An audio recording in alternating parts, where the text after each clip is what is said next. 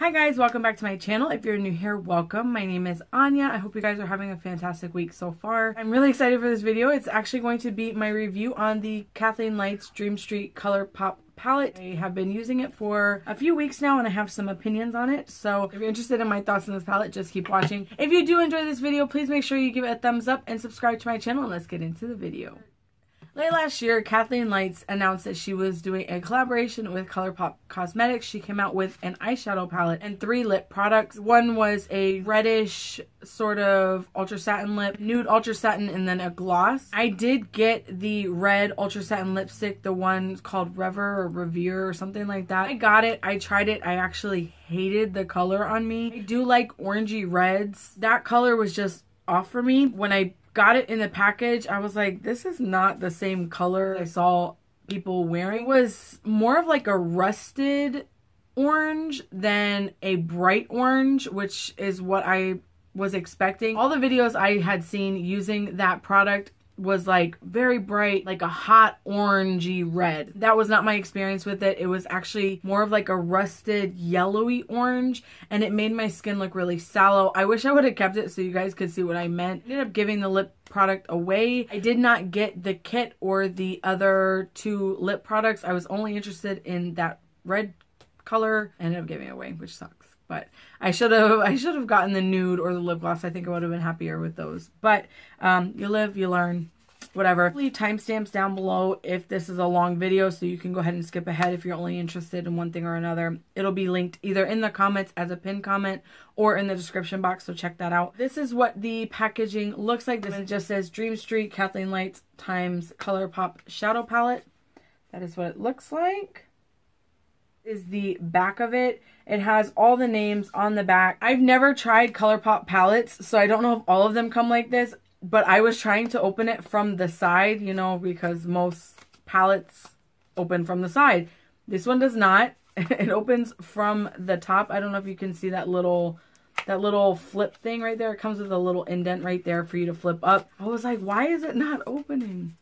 Because it doesn't open from there. Smarty pants. So that's just the sleeve. It looks very similar, like it has very similar packaging to the actual palette. Ooh, that's upside down. It is a cardboard packaging with a magnetic closure.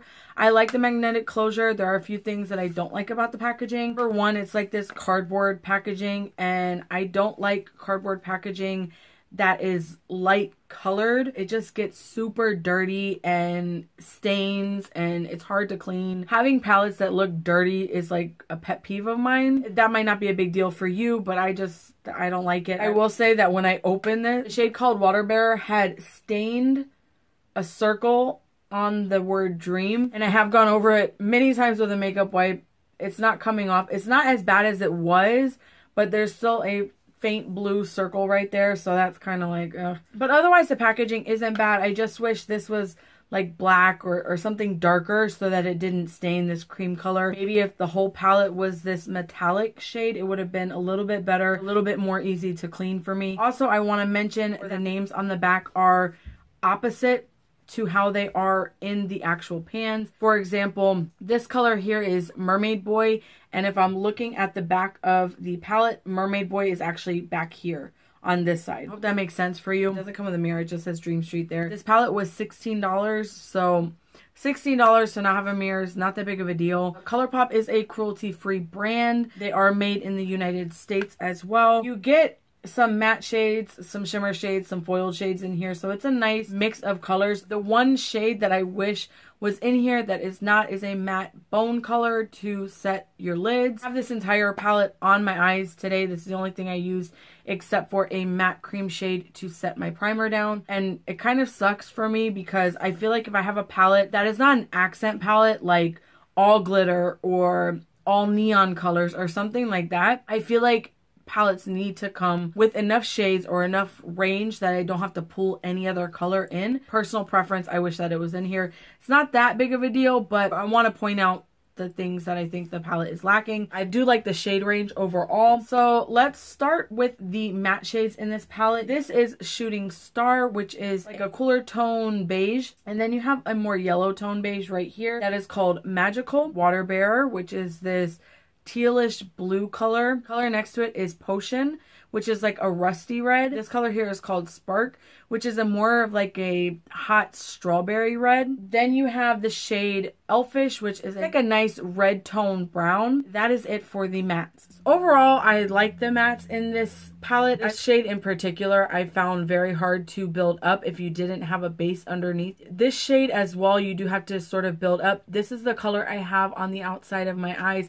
and you can see it's much darker in the pan. And I did try to pack it on the outer edge of my eye. They're not bad, and they are very super blendable. They're almost too blendable to where you can blend them away. There'll still be a little bit of the color left, but the depth of color won't be there. So you got to be careful with over blending with this palette. I do find that these blend so pretty. They're not harsh, they don't skip, but they do have a ton of fallout. I did take 2 pictures, and I will show you the fallout from some of these mattes. They're really quite intense, and some of the glitters you do get fallout as well. Let me go ahead and insert the pictures of the fallout just so you can get an idea.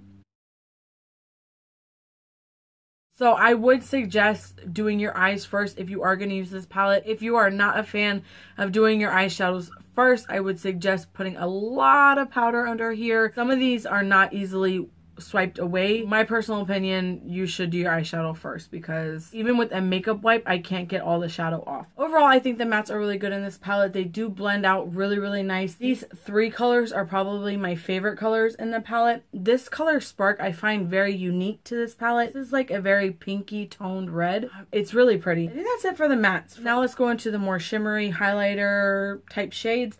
The first color I want to talk about is this shade right here. This is the shade Moony. It does look like a moon, like the same color as you would think the moon would look like. This is a very highlighty shade.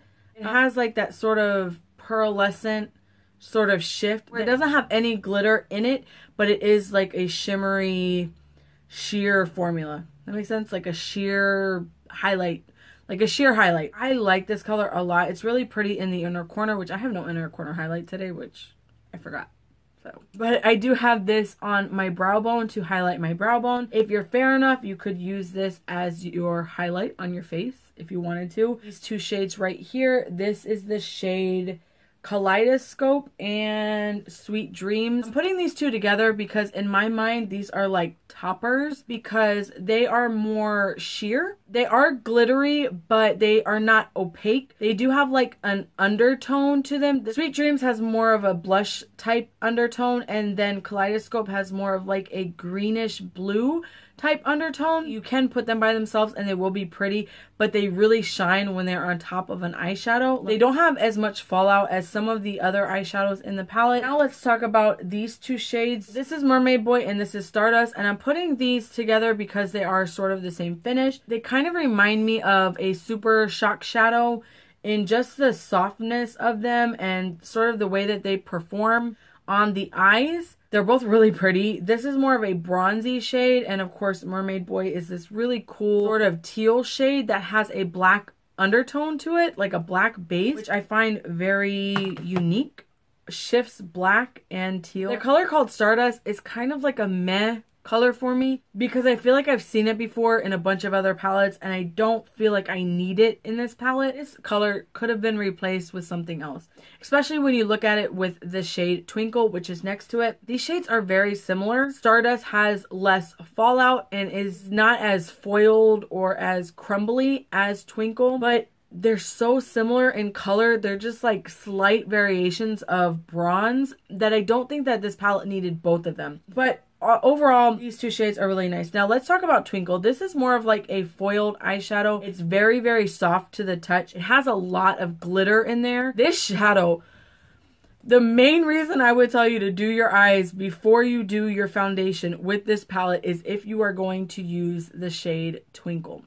Twinkle has so much fallout, and not only does it have so much fallout, even when you apply it with your finger, it like crumbles on your face. You can't take it off. Like, it's so hard to get every single glitter particle that has fallen on your face. Even with the makeup wipe, no matter what, I'm like struggling with it. For me, the best way to apply Twinkle is with a wet finger. That's what I did today, and it sort of gives a more like molten wet look to the shadow, which I love. The other metallic shades or sort of shimmery shades, I don't feel like you need to apply with your finger, but they do apply better with your finger. I'm going to insert swatches for you guys. Swatches are best for me just to show you what the colors look like and the finish of them. But by all means, don't take them as an end-all be-all to whether a shadow is good or not. I'm going to insert swatches here for you guys.